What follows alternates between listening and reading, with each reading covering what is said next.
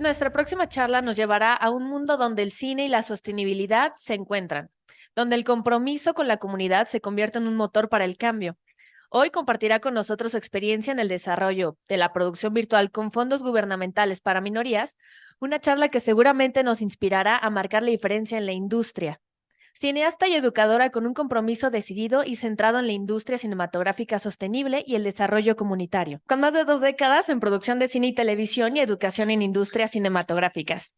Permítanme presentar a una auténtica líder en la industria cinematográfica, una voz para la sostenibilidad y la diversidad en el cine. Shenaz Baksh. Let's give her a warm applause, please.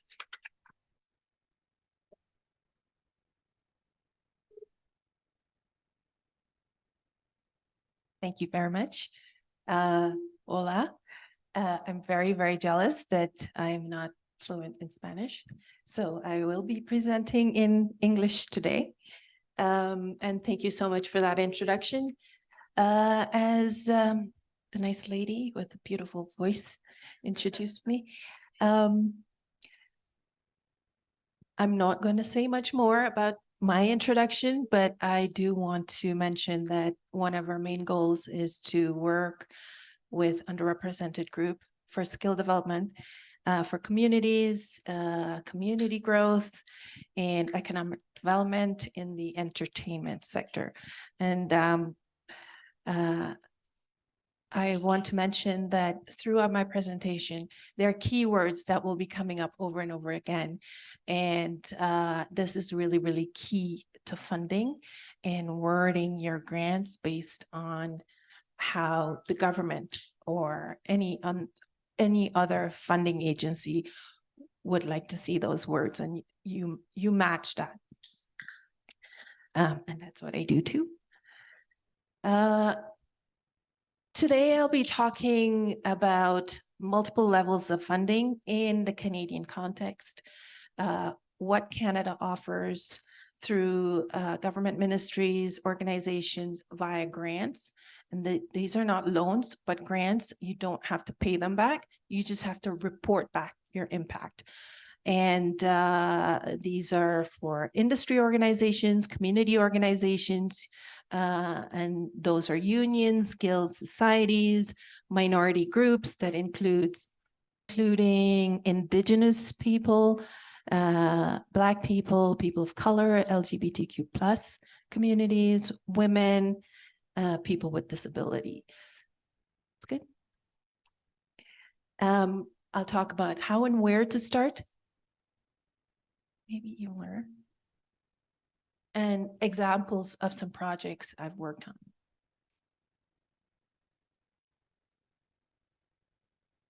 Stop moving.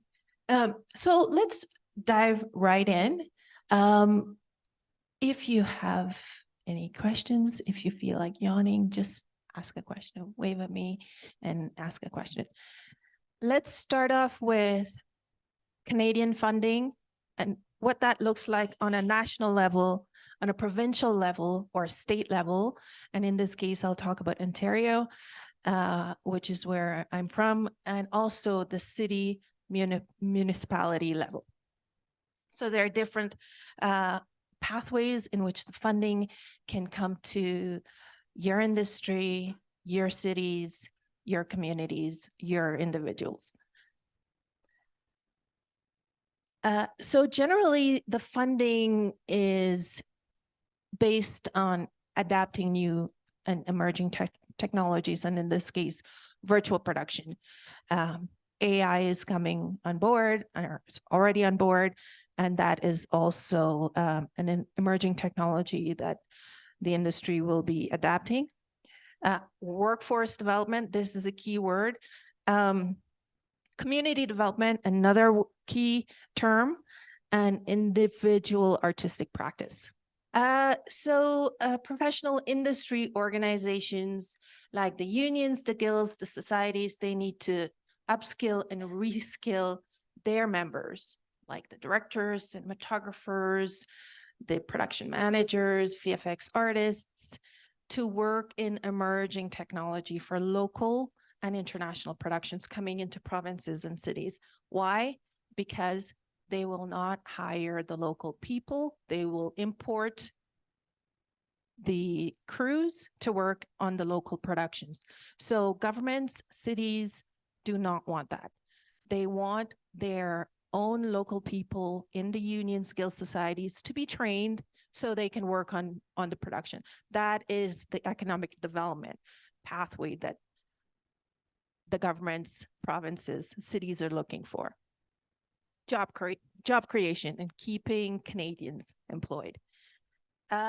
What does artistic practice look like? Individual artistic practice, community development, workforce development, they all feed into each other. If you train an artist, eventually they're developing their community, eventually they're developing the workforce. They feed into each other.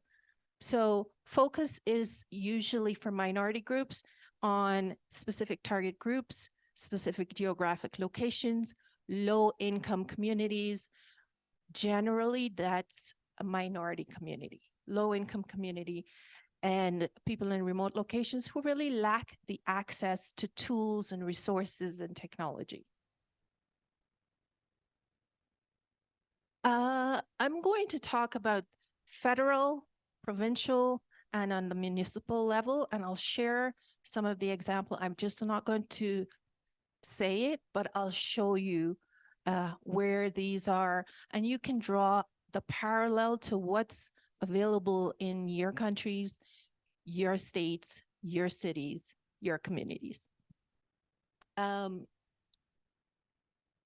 start off with the Department of Canadian Heritage, which is a federal or national organization supporting cultural history and sport. I'm going to look at we'll look at three funds: the Canadian Media Fund, the Canada Media Fund, Canada Arts Training Fund, and tax credits.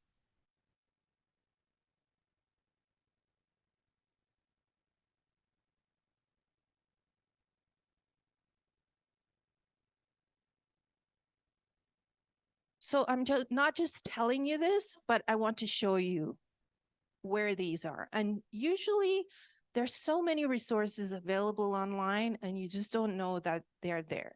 Even for myself, the more I search, the more I find. So grants and funding from the Government of Canada. Let's go to arts and culture and sports. Continue. There's a whole list of funds available here. Again, they're available by grants. You don't have to pay them back.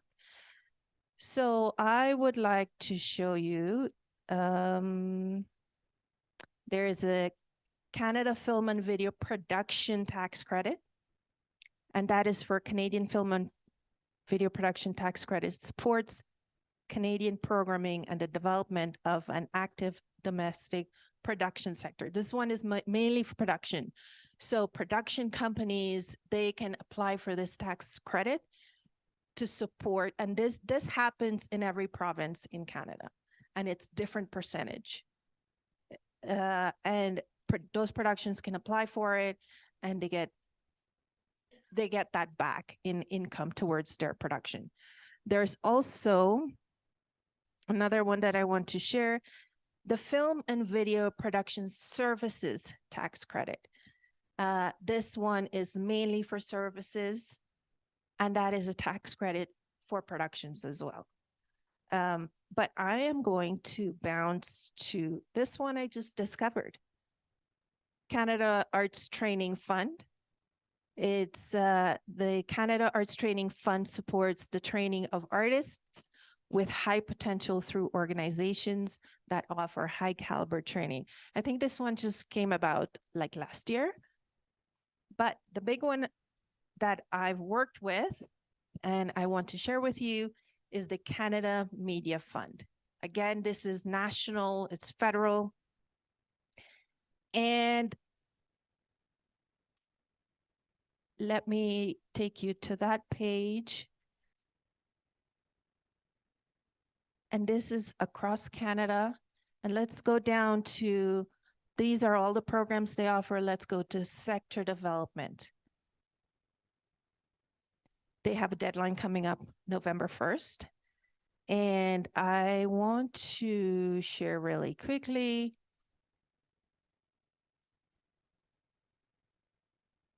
some of their guidelines.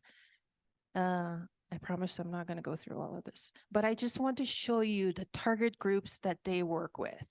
And right at the top of the list, A, Indigenous peoples of Canada. Then they go down to racialized communities. These are Black people, people who trace their roots to sub-Saharan Africa, including those with origins in the United States, Caribbean, Latin America, people of color, individuals who identify as women, LGBTQ plus community, disabled people, and it goes on and on. So within the grant guidelines, you will see who their target groups are. Now, what do? You write your grant for that target group. It's a way, you have to fit their mandate.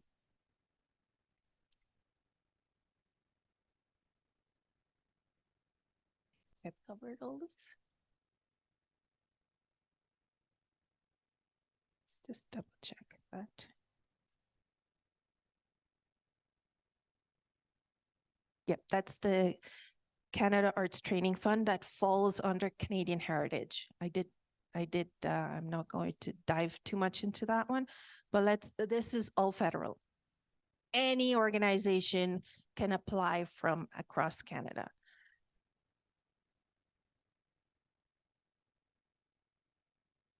Let's go down to another federal grant. This one is through Innovation, Science, and Economic Development of Canada. It's a research and innovation grant, major sources of research funding for post-secondary institutions. And these are the lists that they have for these grants. I do want to share one company that I've worked with that do receive this grant. And it's the Search Center. It falls under one of the colleges in Ontario, and they are a research center.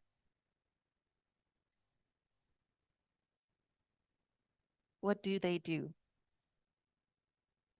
Research, training, different types of services. They provide prototyping with emerging technology and different types of training. I'll show you their sizzle reel so you can get a sense if this is something that a company that you work for or something that you want to develop. This is where that type of funding helped to do that.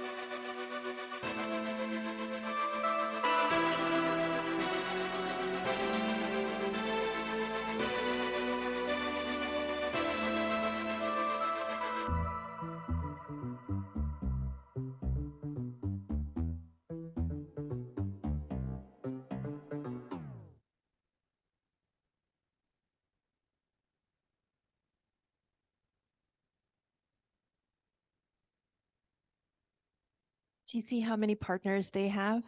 They receive government funding, plus they have lots of industry partners.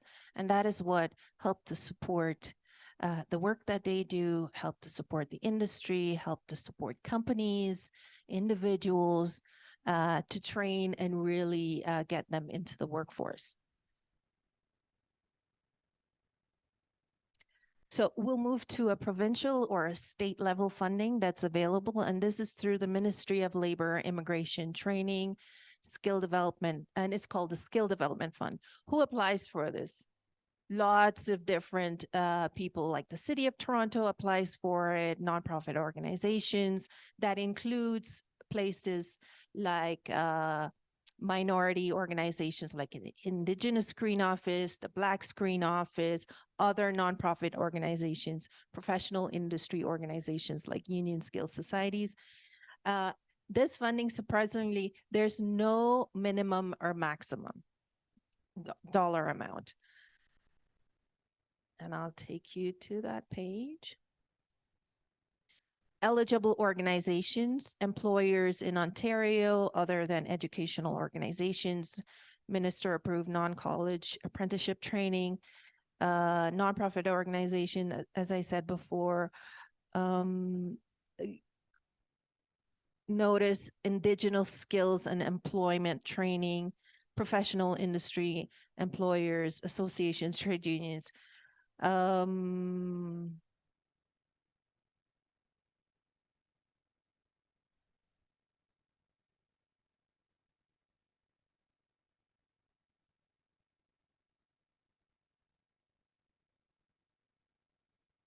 The skill development fund is also offered through a capital stream. And let me just share with you.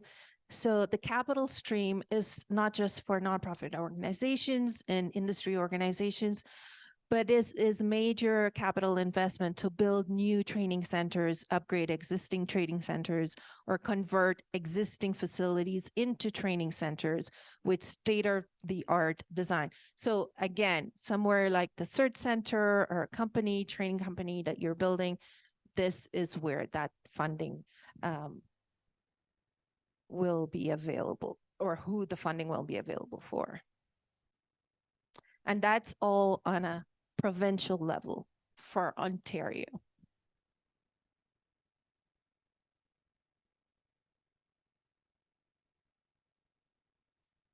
Yes. So I want to narrow into the Indigenous Screen Office, and they receive funding from federal, provincial, to offer their own funding specific to Indigenous creators.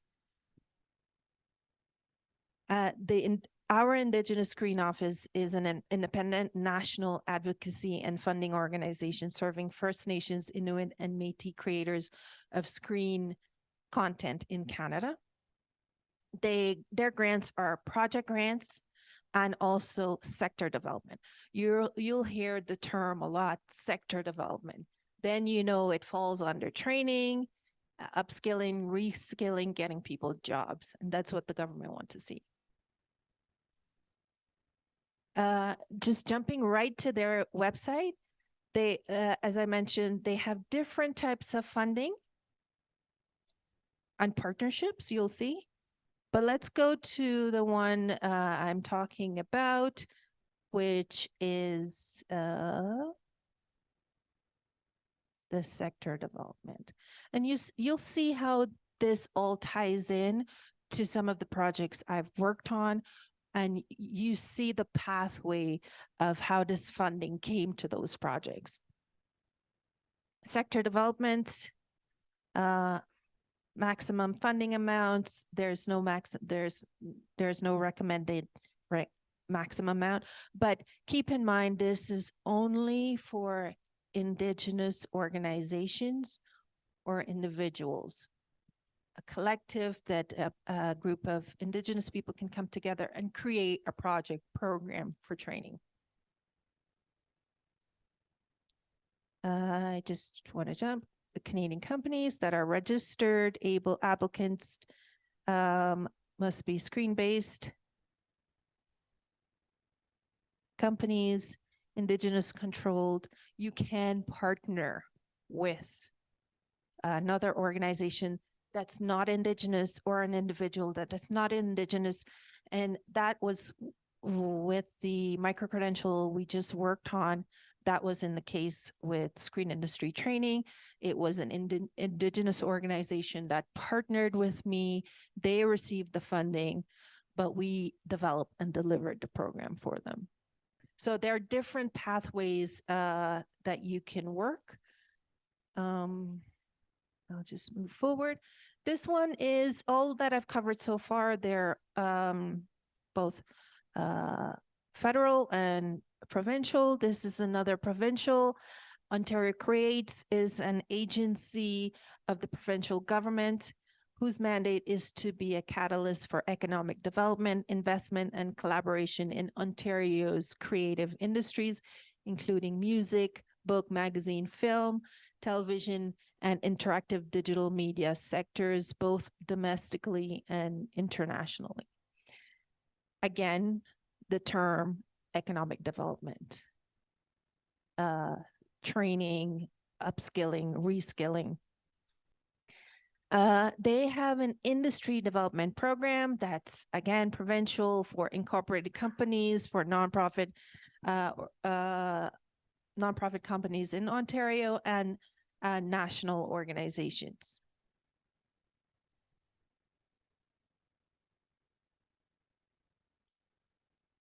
This is their website.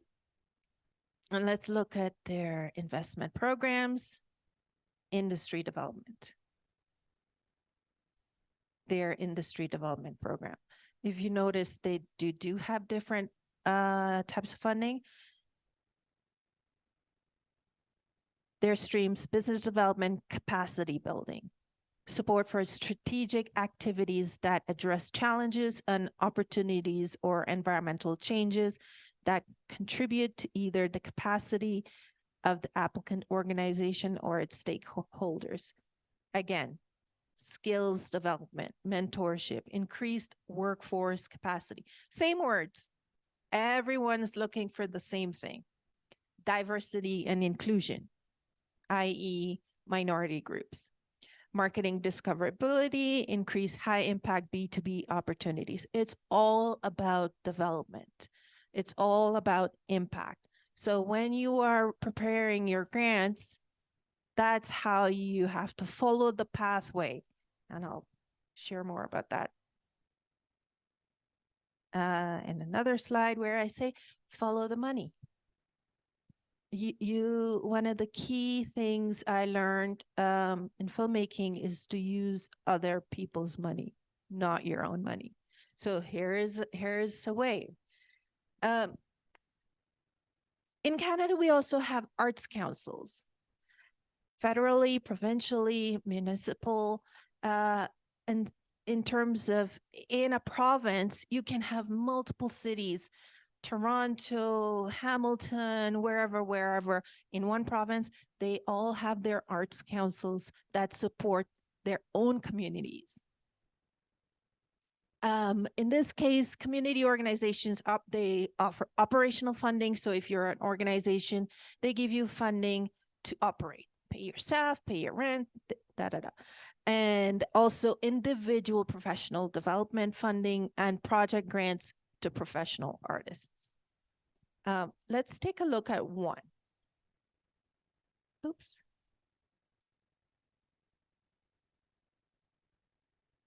Nope. It likes that.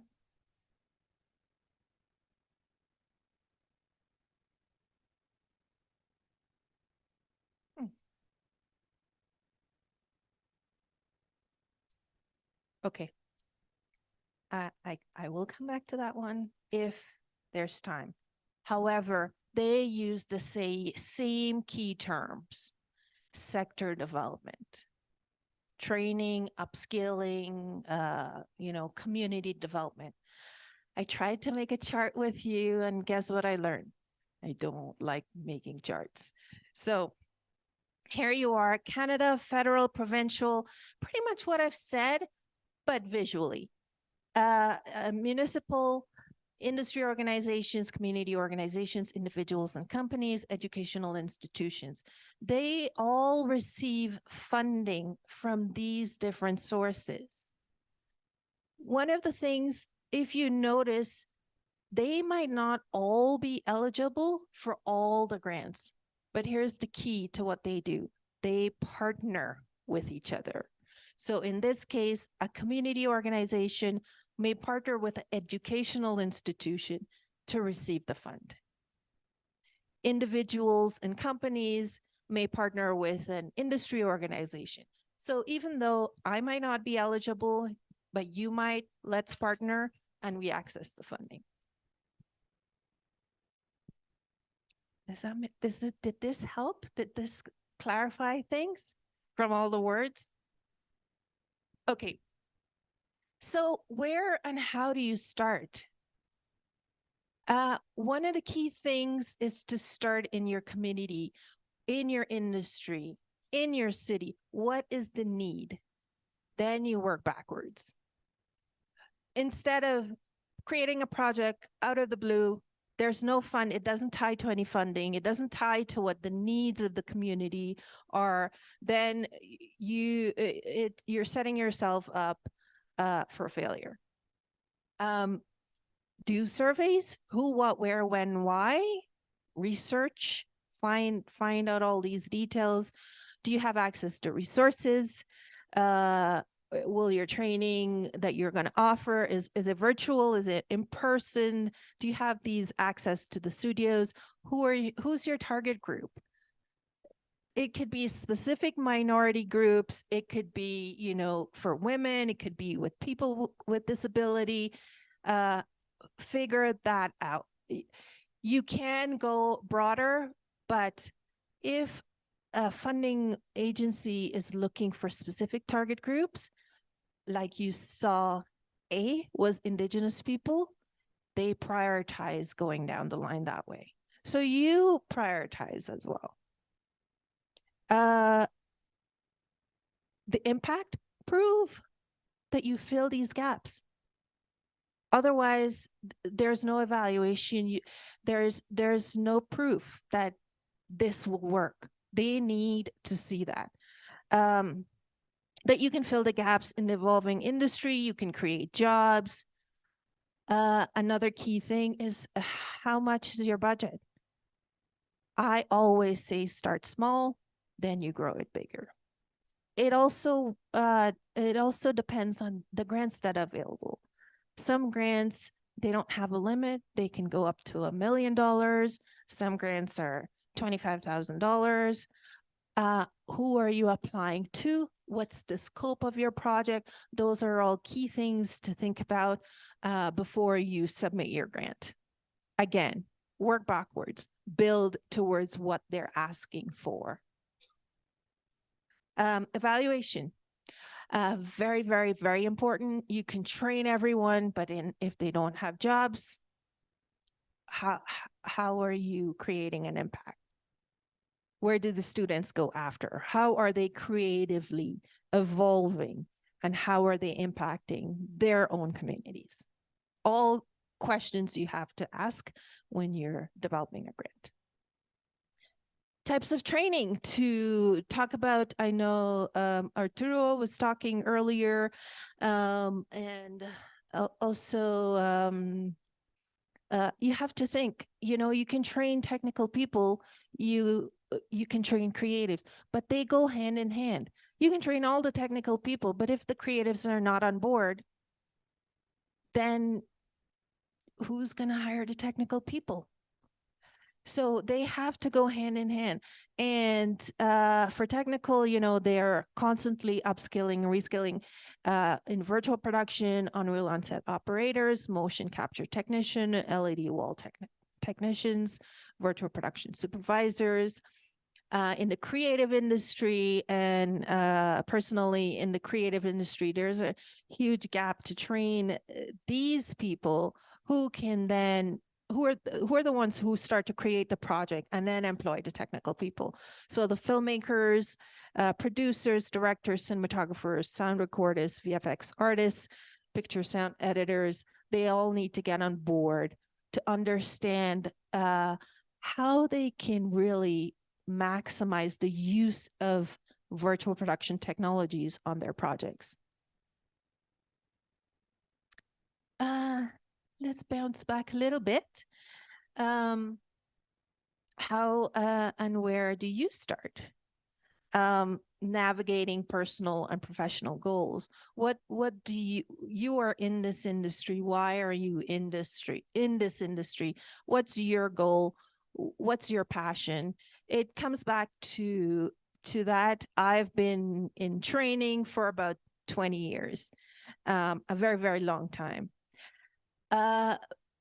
Building partnerships, as I mentioned before, is really, really important. And you might not have the capacity as an individual or an organization, or your strengths might be one thing, but you partner with someone else or a company or organization where their strengths are something else. Together, you're going to be a stronger team. Consider advocacy. Let your voices be heard. Are you focusing on representing minority groups, Indigenous people, Black people, people with disability? It is a form of advocacy to say, hey, they need to tell their stories too. They need access to these technology. Volunteering is one thing I do as well. And I have, I started my career that way. If you don't have the capacity to offer a training for long, many hours, start off with a 1 to 4 hour workshop, 1 to 3 hour workshop, 2 hour workshop, offer it for free. And then you're starting to create that proof. You're starting to show there is a need. Then you use that to apply for your grant.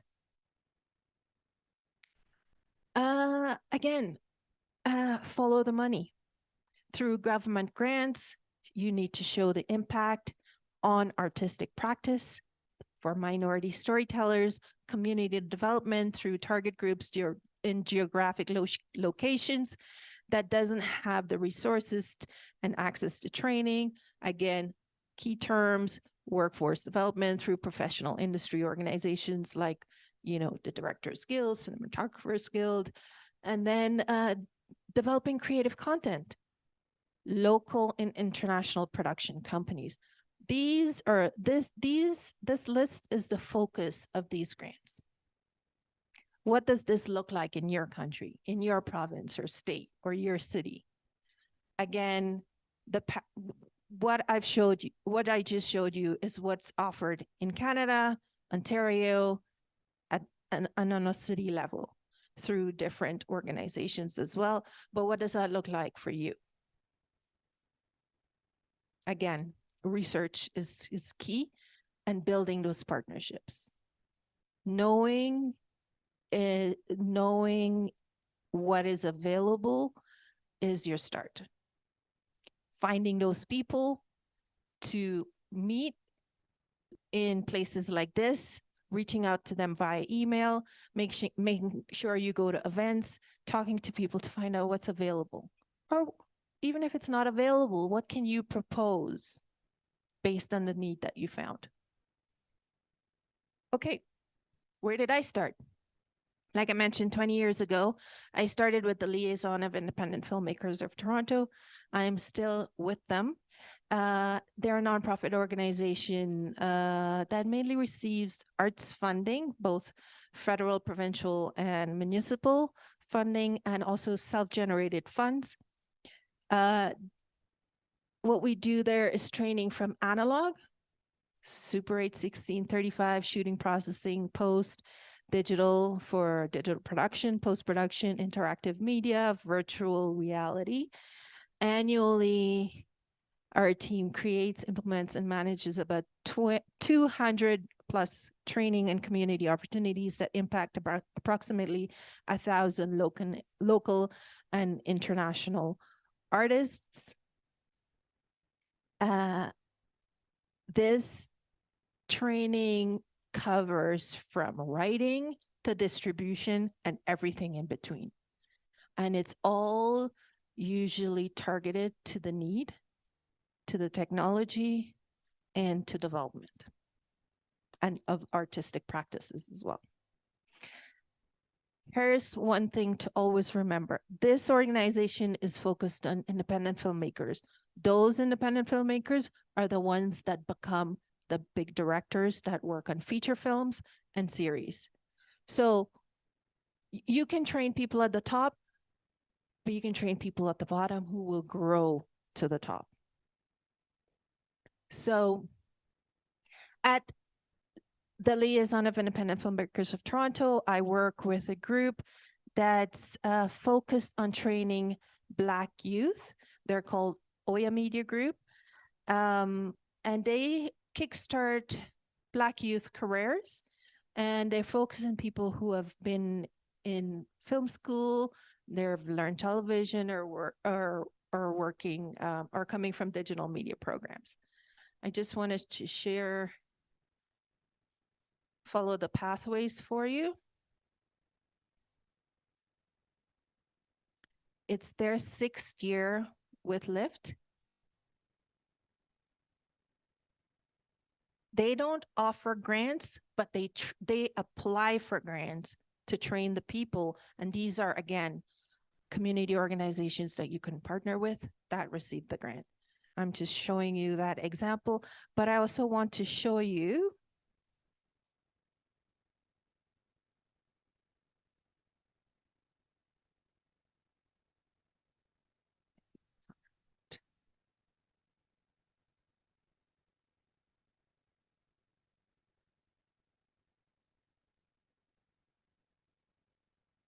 maybe. Okay, I'll move on. But they partner with different funding sources, different other organizations and individuals to really develop and deliver and fulfill their mandate as an organization. Now, what do I do? Apart from working with many community organizations, I am with the Screen Industry Training Hub. We work across borders with skilled teams to design and deliver training programs in not just analog and digital technologies, but also in VFX animation, virtual production, using Unreal Engine, as we've heard a lot about today. We work across genres for experimental, dramatic, and documentary filmmaking. And one project I started out with the Search Center in 2020 when the lockdown just happened. What did I do? I needed to do something. I created about 20 workshops in VFX, animation, virtual production, which was really the big buzz at that time because of COVID and the lockdown, no one was able to go to work. So it was an opportune time to upskill and reskill. And who were the people that came? The unions, the guilds, the societies, individuals, both local and international, looking to upskill because COVID and the lockdown was an international thing. So everyone was looking to upskill. What was the next thing that they needed to do for themselves? Okay, so those 20 workshops evolved into a micro-credential. Now the funders were coming to us. And see, you created, offered, the funders see, they come to you. And in this case, the major funder was Warner Media Access Canada, and they were the ones that said, okay, we want to train these people in role-based on-set roles, where it's like Unreal Engine art directors, Unreal Engine on-set technicians, motion capture technicians. And once this project got rolling, the city of Toronto came in. They wanted to be on board to support underrepresented and minority groups. Again, it's showing some proof and showing the development of these programs. The next, that project was 150 hours total. It was a micro-credential offered under Sheridan College. The next one I wanted to show you is most recently, the one Carlos also worked on is the IM for Media Lab Virtual Production Storytelling Micro-Credential, administered by the Emily Carr University of Art and Design in Vancouver. It was the very first Indigenous training program of its kind, empowering 24 students across Canada to learn virtual production technology, workflow, and tools to create short films in Unreal Engine, 80 hours of virtual training, and they also learned motion capture and ICVFX over 24 hours in person and shot short scenes. Again, notice Warner Media Access Canada. They were one of the funders. The Indigenous Screen Office was another funder, Canada Media Fund, linking it back to those target groups, the ones I showed you earlier. Amazon Web Services, private companies, and in-kind donations were all people who supported this project. Jumping back to this again, I pointed out earlier, so I'll just speed through it. Screen Industry Training partnered with a community organization who had access to the funding.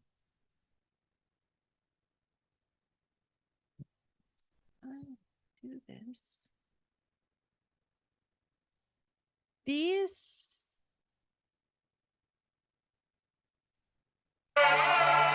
So this is the trailer for the short films that were created in that project. And I'm really proud of this, of all these students, because in 8 weeks, they learned Unreal Engine and created short films, and they're all with an Indigenous lens.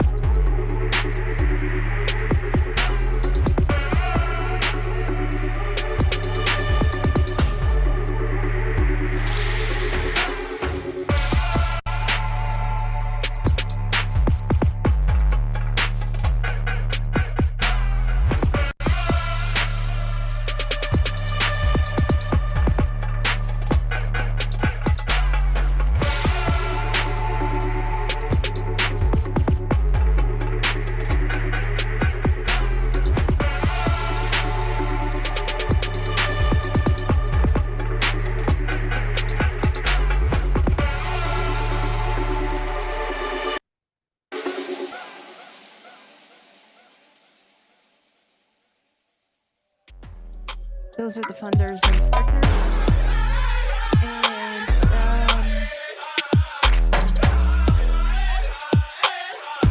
as I mentioned, once you get the ball rolling and you share it, this one snowballed into so many partners who came on board. They got excited. They want to be a part of it. Almost done.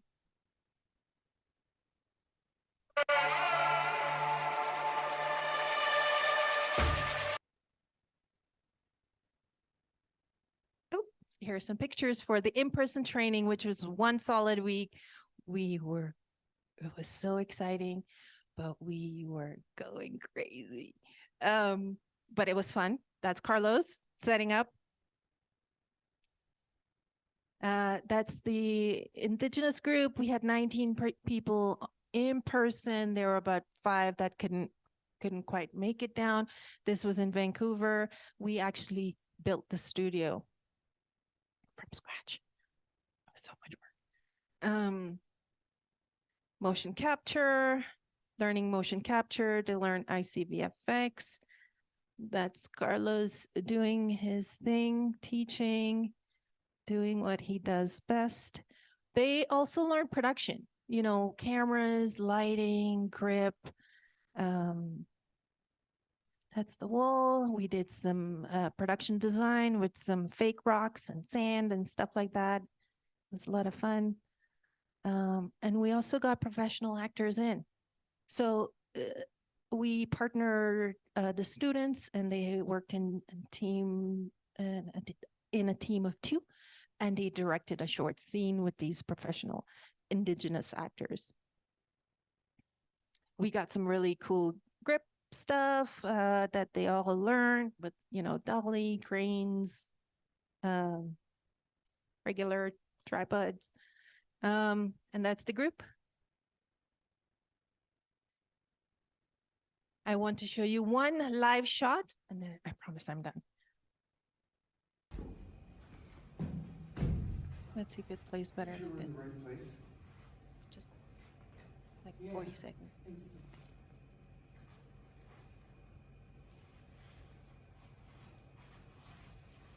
Hey, wait for me. Stop. Track. What track is that? I think we're in the lair. The monkey dog. Monkey what? Monkey dog.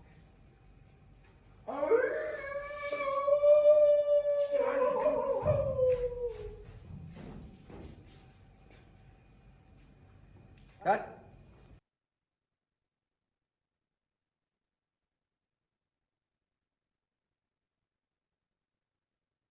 Okay, so it's well, maybe one more slide.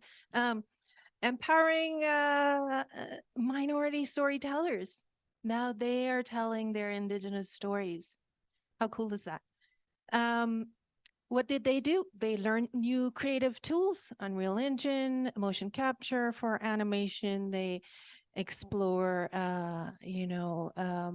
exploring their artistic practice. They learned to build worlds using Unreal Engine. They're finding new jobs. They're taking this knowledge back to their communities to share and build capacity in those communities. That's it.